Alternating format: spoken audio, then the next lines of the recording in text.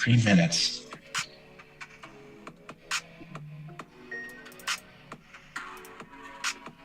This is a reminder.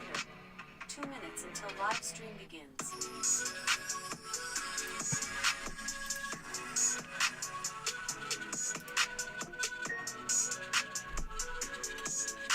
This is a reminder. 2 minutes until live stream begins.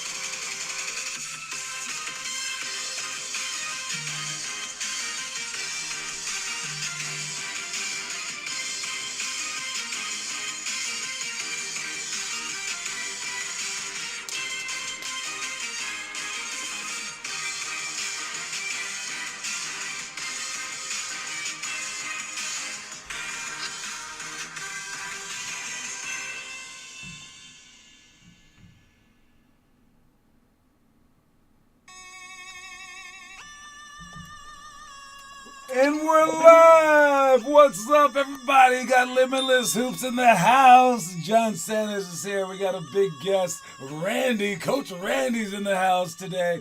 All right, and we're going to come to him in just a second because he's going to talk to us about the motivational story of the day. All right, so just to prepare for that, I got to show you that story, right? So let's watch the motivational story of the day. We'll talk about it, and then we'll watch it again right afterwards. But here we go. Watch it. If it's not naturally fun to challenge yourself, then you're extremely unlucky in that you're missing out on a crucial component of what has assisted the greatest to become great. So try your best to have fun when frustration, stress, soreness, and exhaustion make it seem as though having fun is an impossibility. And with that said, we got Coach Randy right here. Welcome, welcome, welcome, man. I know you can't see on the screen, but right by your big picture is a GIF of you dribbling a ball. I sent you that just so you know what it looks like. You kind of bob it up and down, so feel free to go with that vibe. All right. But, hey, you know what? I'm sure it's dribbling better than I can actually dribble, so that's a plus. It's actually dribbling left-handed, so I think probably. So what say you on that quote? What you got about it, man? So what that quote is for me, what it's saying is you basically got to take, your challenges. Let's say, for example, people that work out continuously, all right? They find ways to have fun while working out. And that helps them maximize their abilities because, if you're just going through the motions through any type of workout, you're not really going to get better at what you're doing.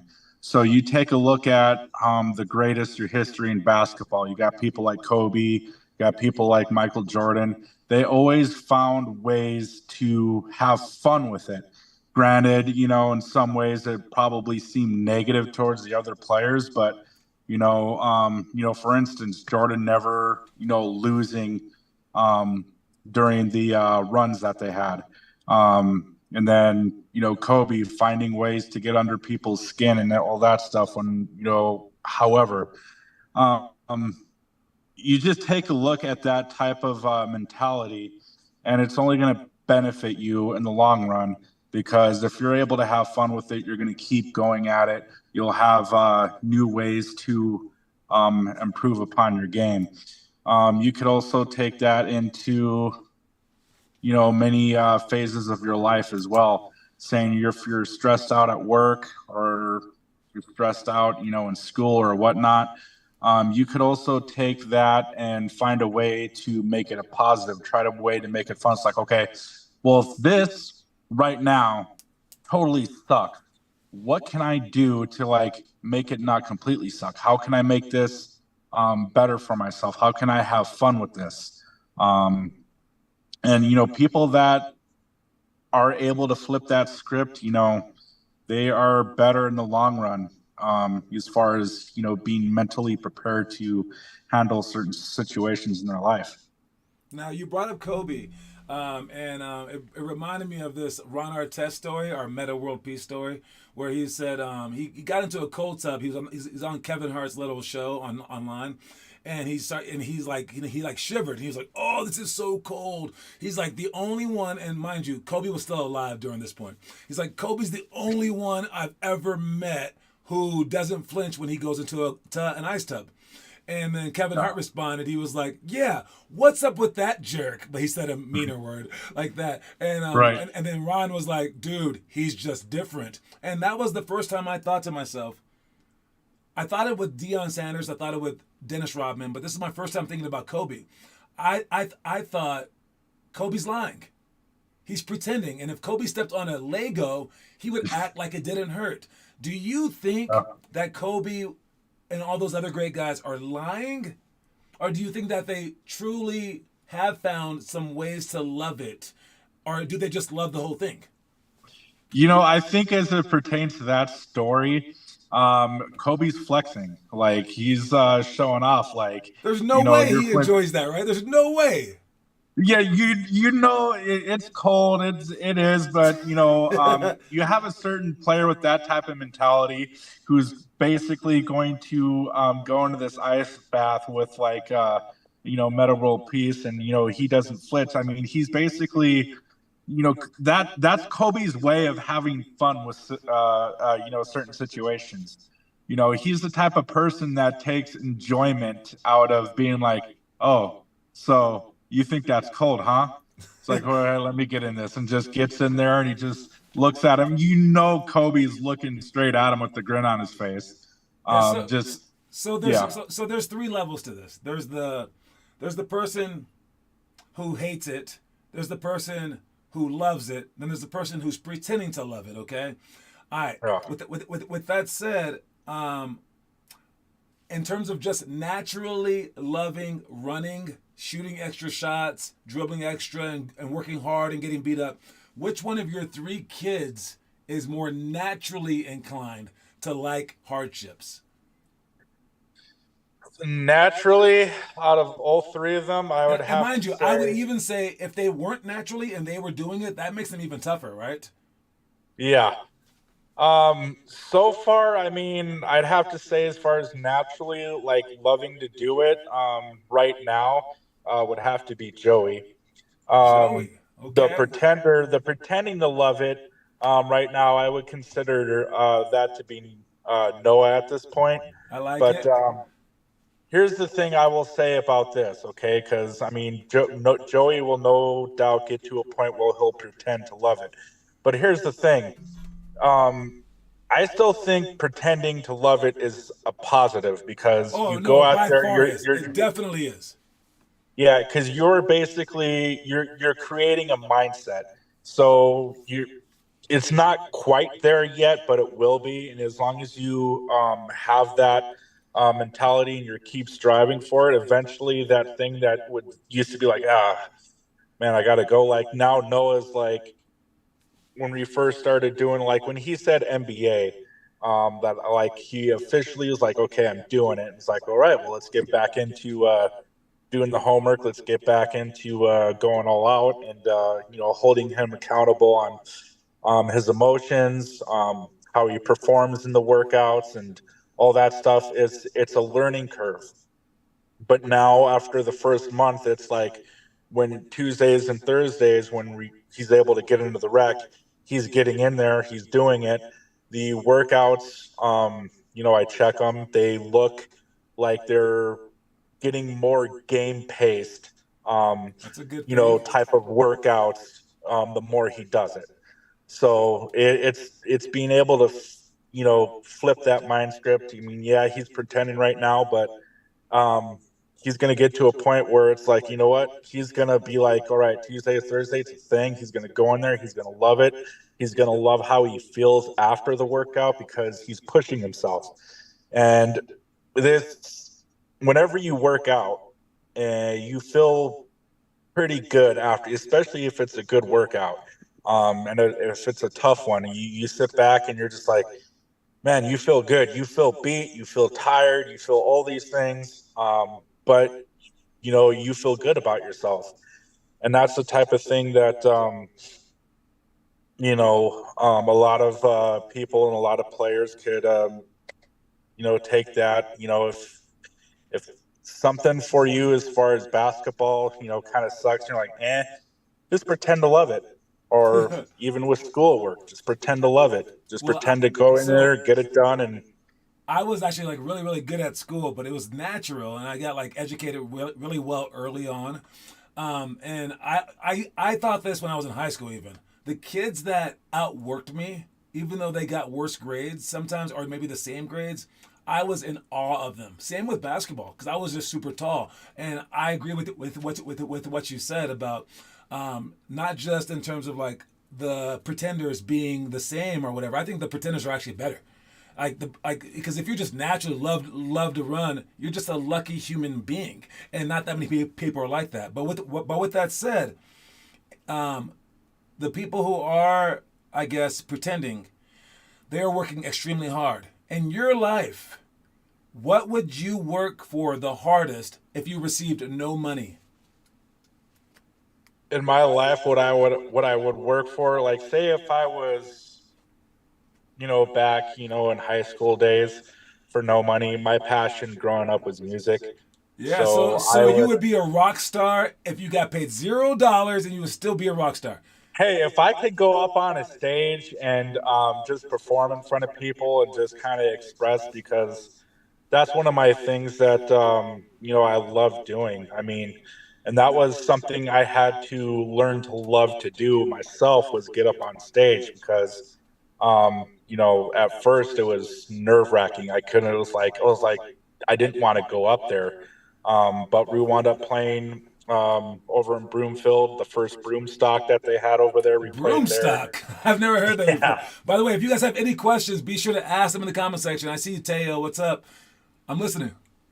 But yeah, so that helped me be able to, once we went out to go to Vegas and play shows in Vegas, that helped me get more comfortable. Once we got out to Los Angeles, it was basically like you got up there and you turned into the person that was naturally, like, having fun with it, naturally, doing it. And that's where I think what you hit on too, is you have a person that's naturally gifted and naturally having fun and able to do all these things, right? But the person who has to learn has to work harder for it. So then they, in turn, I would say, would get better at, whatever it is that they're, doing. It's like you said with basketball, you have the person who's naturally gifted, right?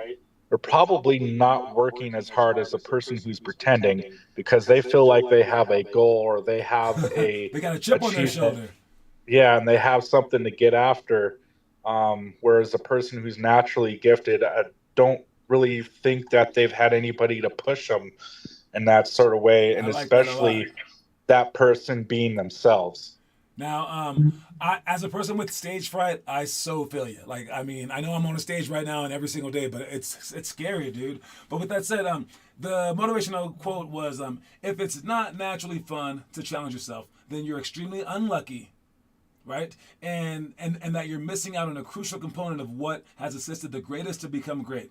So try your best to have fun when frustration, stress, soreness, and exhaustion make it seem as though having fun is an impossibility. Out of those four things, frustration, stress, soreness, and exhaustion, which do you think is like the biggest hurdle? Frustration, stress, soreness, Frustration. or exhaustion? I would say frustration. Mainly because that is you're dealing with emotions on top of it, and you're having to basically kind of like turn a negative that you're currently feeling at the moment. And this is something Noah struggles with immensely. Gets frustrated, and being able to learn how to turn that into a positive, and then be like, you know what, let's just back up. Let's go ahead and have fun. Like, for instance, with or if he feels like he got a bad call out in the court from the refs, what does he do? He shuts down, right? So I've been trying to tell him, or he needs to learn himself, like, hey, you know what? Learn to have fun with the refs over something like that. Try to make it a positive. Yeah, I try to Same with screw him like over as much as I possibly can so that he's used to being screwed over, but it doesn't work.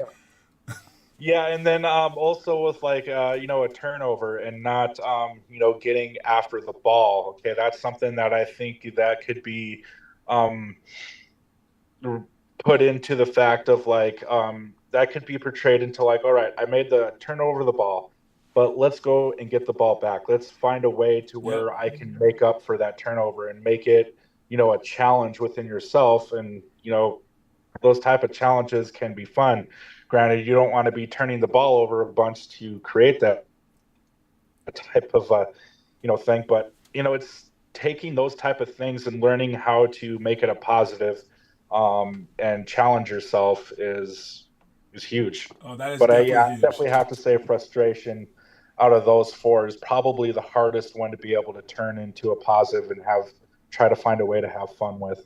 I like it. I like it. Well, thank you so much for joining us, and thanks for the whole talk. I really, really appreciate you, man. You did All right, really, really thank you guys. well. Appreciate it. You killed it. All right, I'm going to reshow the thing right now, and we'll talk to you later. Thank you for helping us out, and thank you for being a part of our program, Randy. All right, Reese's Pieces, Applause. y'all. Applause. Stole it. Reese's Pieces. Yeah, peace them out. All right, see you later, Randy. Peace, man. Here's that story again for everybody. Watch it. If it's not naturally fun to challenge yourself, then you're extremely unlucky in that you're missing out on a crucial component of what has assisted the greatest to become great. So try your best to have fun when frustration, stress, soreness, and exhaustion make it seem as though having fun is an impossibility.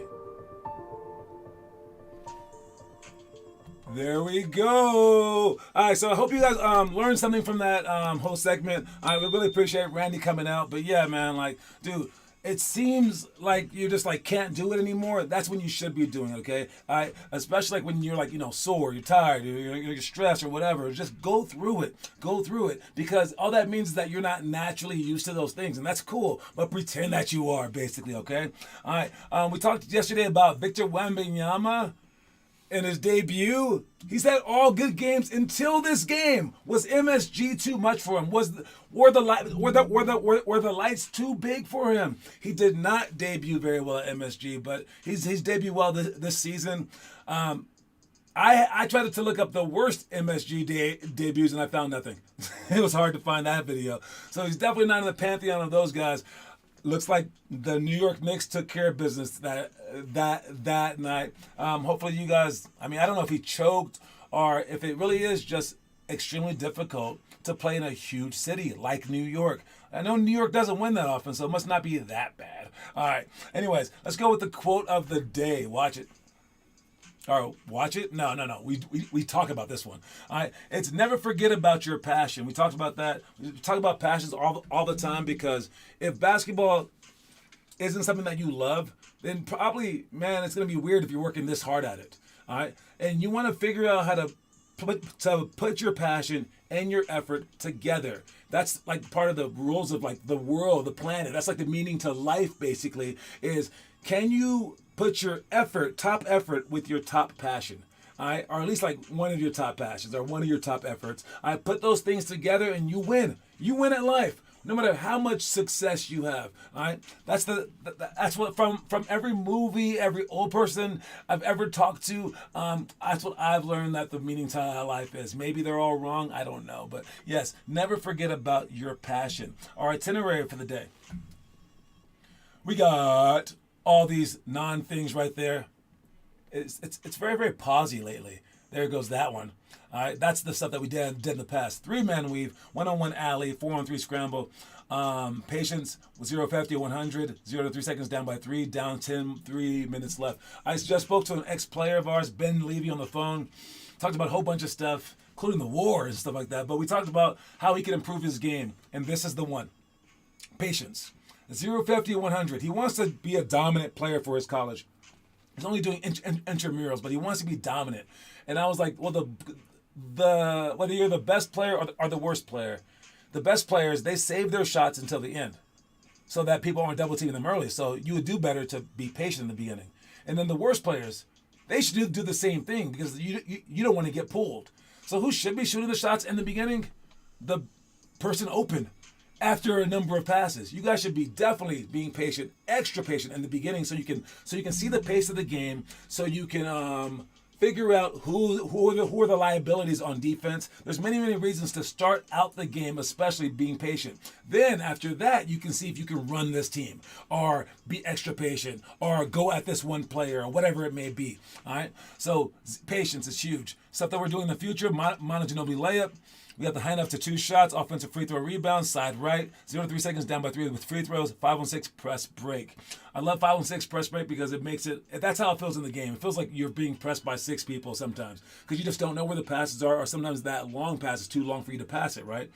All right, so we'll do 5-on-6 press break just to kind of pretend that we're in the actual game. So heads up. The stuff that we were supposed to do today is 2-on-1 break, flares, baseline out of bounds defense, 5 seconds count extension, 49 seconds down by 3, 5-on-5 oldest versus youngest.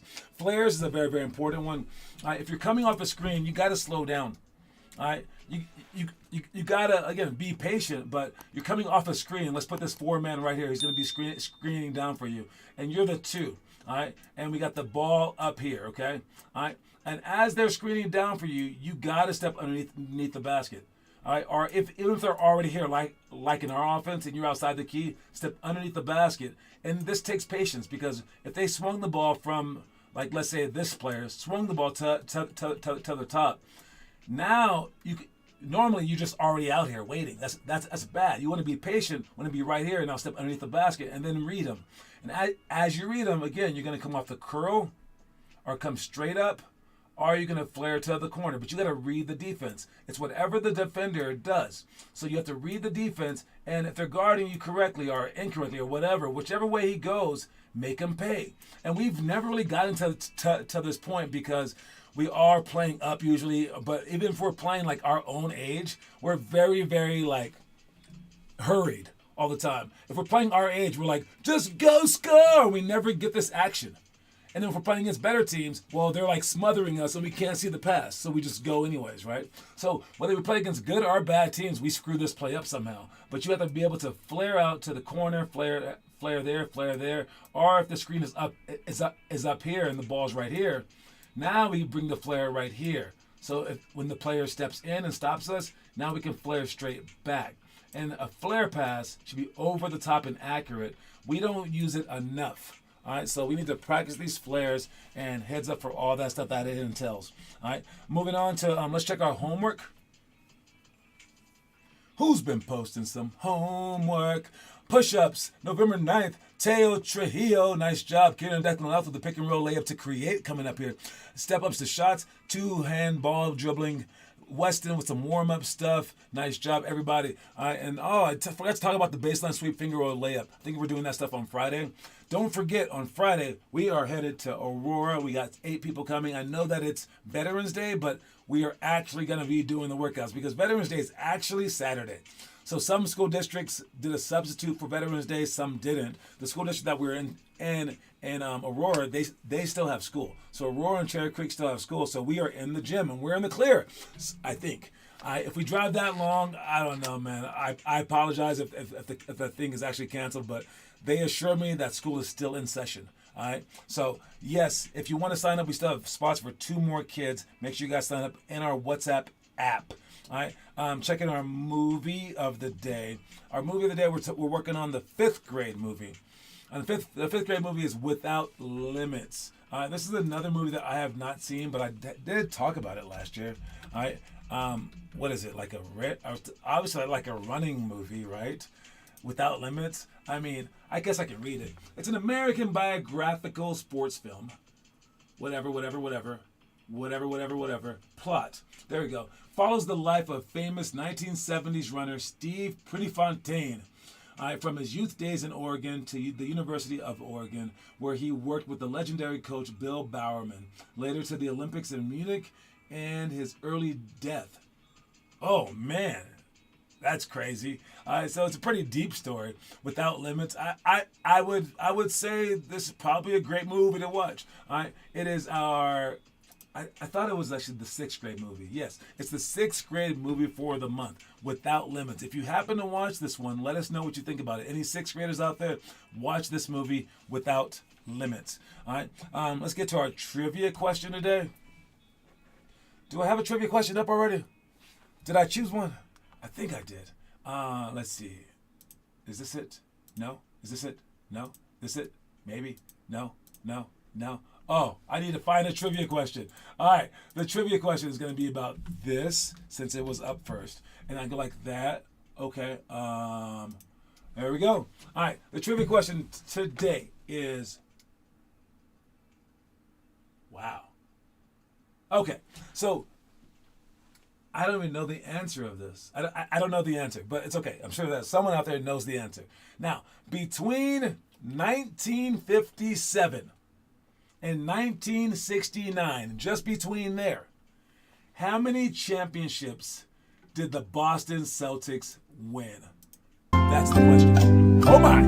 How many championships did the Boston Celtics win between 1957 and 1969? My guess is it's a bunch. First one to put the answer. Let me see if I know the answer. I'm going to say, dang it, I got it wrong. I see the answer. Again, it's between 1957 and 1969. I believe that's like 13 different seasons. How many of those 13 seasons did the Boston Celtics win the championship? Again, it's a very difficult question. You can probably look through Wikipedia, take your time with it. I don't think anyone's answered this one that fast.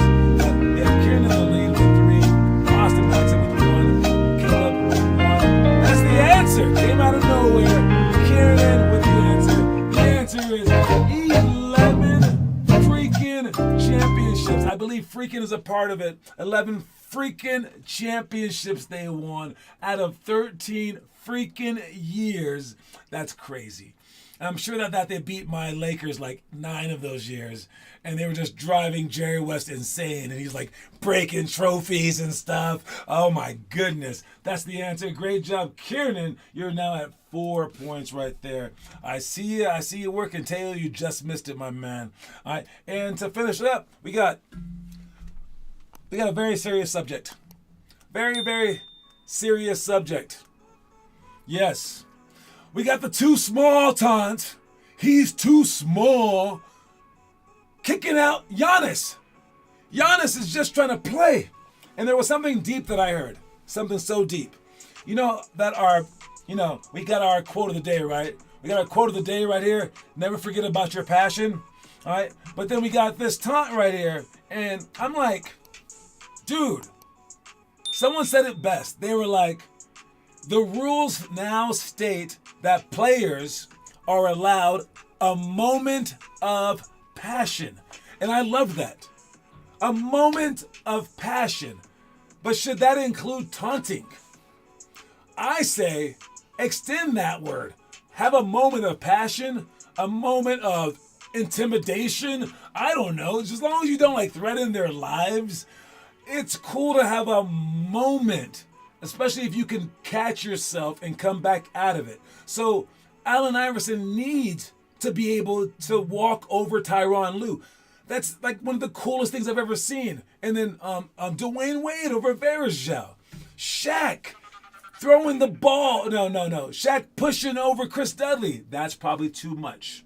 Chris Dudley throwing the ball back at Shaq. Probably too much. Okay. So you need a moment of passion that doesn't injure someone. Okay. So or threaten injuring.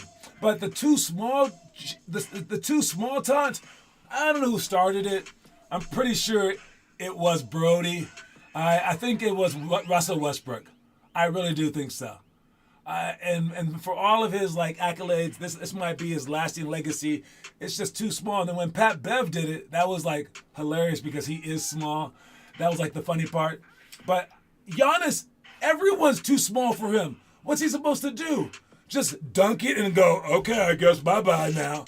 Good job. Nice job. High five. No.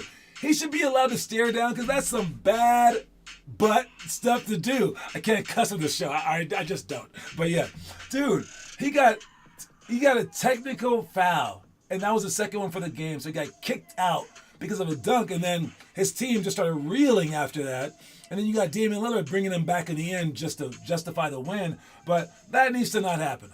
Seriously. I think if you take passion out of the game, you've taken the game out of the game. And if you take trash talking out the game, I think that the game's less too. So there is a place for trash talking. Again, it just can't go too far. All right. But a moment afterwards, I would put a timer on it. Let's put a literal timer on it. After someone does a dope play, it can't be some normal play. Like, so all of like Steph Curry's layups with his left hand, he can't do all that. But like a dope play. So we are the judges, right? You are allowed 3 seconds. Like just like being 3 seconds and the key. You're allowed 3 seconds to do whatever you want to do. You can dance it up. You can put too small. Heck, you too big. Whatever you want to do. That's what I think. I don't know. What do you guys think? Let me know in the comment section. I'll talk to y'all later. Don't forget that our quote of the day is something about passion, right? Yeah, there you go. Never forget about your passion. And don't forget tomorrow we got the carpool. I'll see you guys there. All right. And I'll see everybody eventually, I'm sure. All right. Peace out, you guys.